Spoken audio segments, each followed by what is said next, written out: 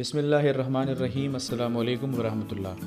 میں ہوں آپ کا دوست، آپ کا ہوسٹ کفیل اسلم، اور آپ دیکھ رہے ہیں میرا یوٹیوب چینل ماگرے اکیڈمی۔ بہت سے والدین بچوں کی چھٹیاں ہونے پر بہت پریشان نظر آ رہے ہیں۔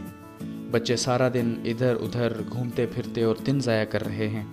یہ والدین بالخصوص اس وجہ سے بھی پریشان ہیں کہ ایگزام سر پر ہیں، بچے چھٹیوں پر ہیں، جس کی وجہ سے بچے پڑھا ہوا بھی آہستہ آہستہ بھولتے جا رہے ہیں۔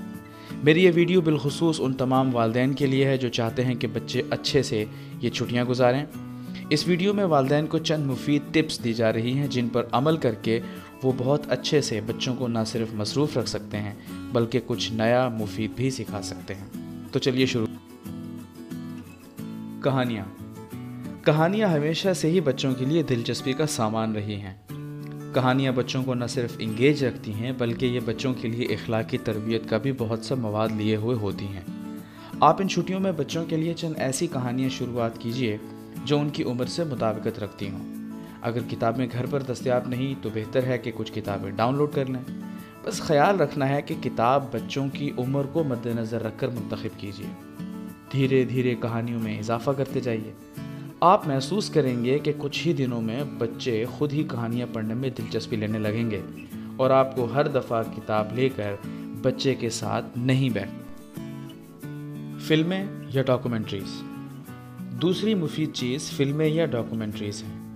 آپ نے بچوں کی دلچسپی کو مد نظر رکھتے ہوئے کچھ ایسی فلمیں منتخب کرنی ہیں جس میں بچوں کے لیے کچھ سبق بھی ہو اور کچھ سیکھنے کو بھی۔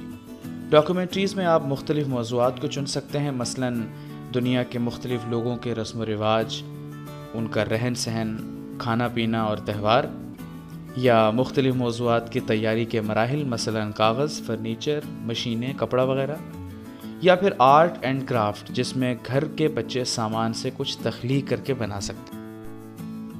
کوئی ہنر سکھائیے۔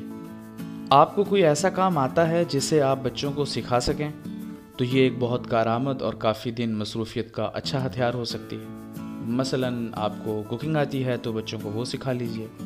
آپ کو کتابوں کی بائنڈنگ کا تجربہ ہے، وہ سکھائیے۔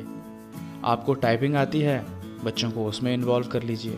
آپ کو میک اپ کرنا آتا ہے سو بچیوں کو بالخصوص اس میں لگا لیجئے۔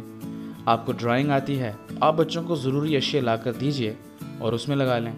یوں چھٹیاں ختم ہوتے ہوتے وہ ایک نئی مہارت یعنی اسکل سیکھ۔ ان کی کمزوریوں پر کام کیجئے۔ آپ بڑے ہونے کے ناطے اس بات سے واقف ہوں گے کہ آپ کے بچے کس چیز میں کمزور ہیں۔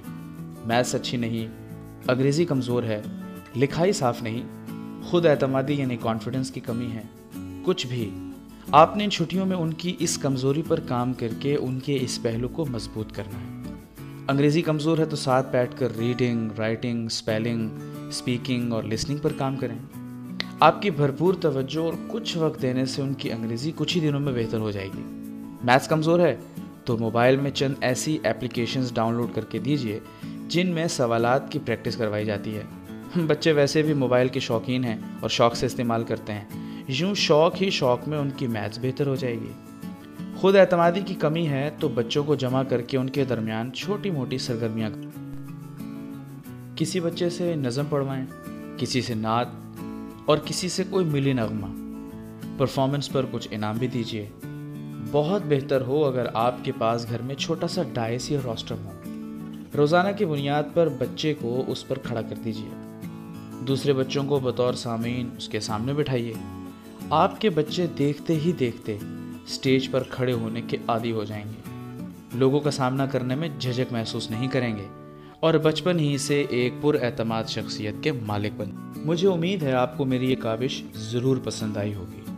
اگر آپ کو یہ ویڈیو پسند آئی ہے تو اسے لائک کیجئے، میرا یوٹیوب چینل سبسکرائب کیجئے اور یہ ویڈیو دوسروں سے شیئر کیجئے تاکہ دیگر لوگ بھی اس سے مستفید ہو سکیں۔